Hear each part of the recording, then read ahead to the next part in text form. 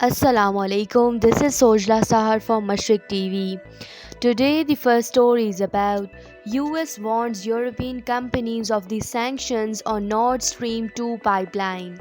The US State Department this month told European companies which it suspects are helping to build Russia's Nord Stream 2 gas pipeline that they face the risk of sanctions as the outgoing Trump administration prepares a final round of punitive measures against the project. Two sources said on Tuesday. We are trying to inform companies of the risk and urge them to pull out before it's too late, a US government source said.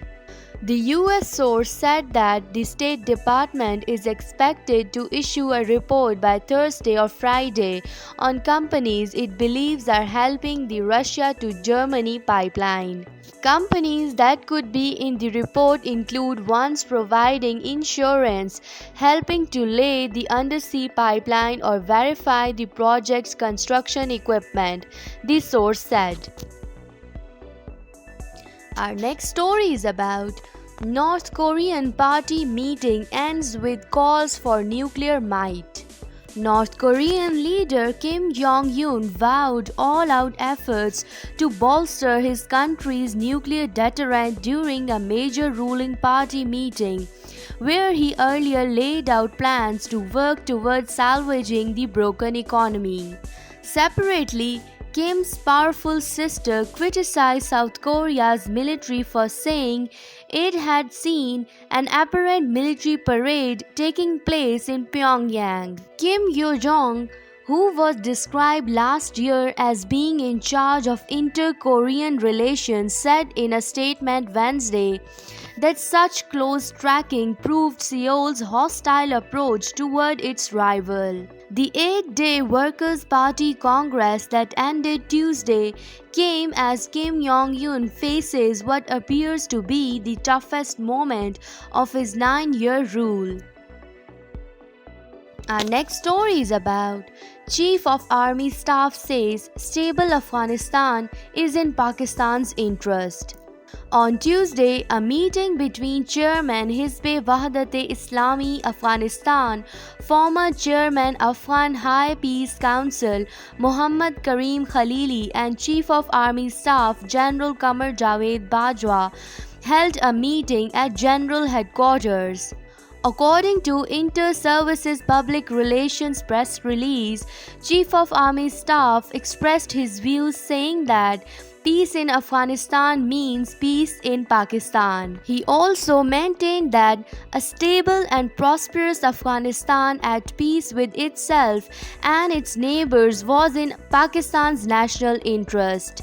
While underlining more details, the ISPR press release mentioned that the matters of mutual interest, peace and stability in the region, connectivity and current developments in Afghan peace process were discussed during the meeting. Let's move on to our next story. Israeli strikes on Syria kill 23. Monitor. Israeli night raids targeting armed depots and military positions in eastern Syria killed at least 5 soldiers and 11 allied fighters, the Syrian Observatory for Human Rights said Wednesday. The Israeli Air Force carried out more than 18 strikes against multiple targets in an area stretching from the eastern town of Deir Ezzor to the Bou-Kamal Desert at the Syrian-Iraqi border, according to the Britain-based War Monitor. The raids killed 5 Syrian soldiers and 11 allied fighters belonging to the Iranian Revolutionary Guards, Lebanese Hezbollah, and the Fatimid Brigade, which includes pro-Iranian Afghan fighters, the observatory said, although their nationalities and a precise breakdown were not immediately known. The Syrian state news agency Sana reported the strikes but without giving further details. Our next story is about 18.4 million Afghans require life-saving assistance, UN. United Nations and humanitarian partners in Afghanistan need 1.3 billion to assist 16 million Afghans who are in need of life-saving assistance. Afghanistan has been affected by decades of conflict, COVID-19 and natural disasters. UN stated that the number of people targeted for assistance is more than the 2.3 million beneficiaries targeted 4 years ago. Stephanie Dujarric, spokesperson for the UN Secretary General, the children in Afghanistan are living in worrying situations. It is projected that nearly 1 in 2 children under the age of 5 will face acute malnutrition this year, Stephanie Dujarric said.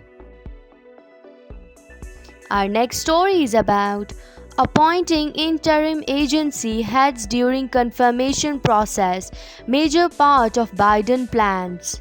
President-elect Joe Biden will appoint interim agency heads to lead cabinet agencies and departments while his nominees await confirmation, a necessary move because of delays in the transition process, a Biden transition official said on Tuesday.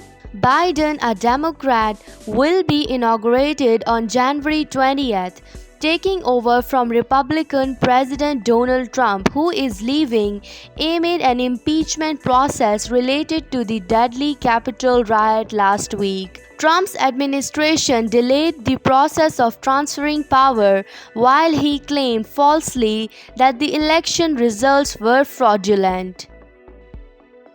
Our next story is about Iran wants to erase snapback clause in end deal. Iran wants to remove a clause from a 2015 nuclear deal that allows for UN sanctions against it to be reinstated, a senior official has said, hinting Tehran would be open to negotiations on the issue.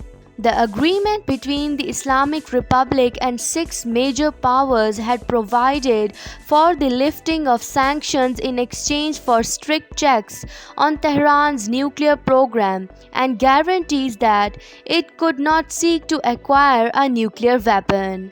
This is it for now. Thank you for watching Mashriq TV. If you have any queries, you can email us at info@mashriq.tv.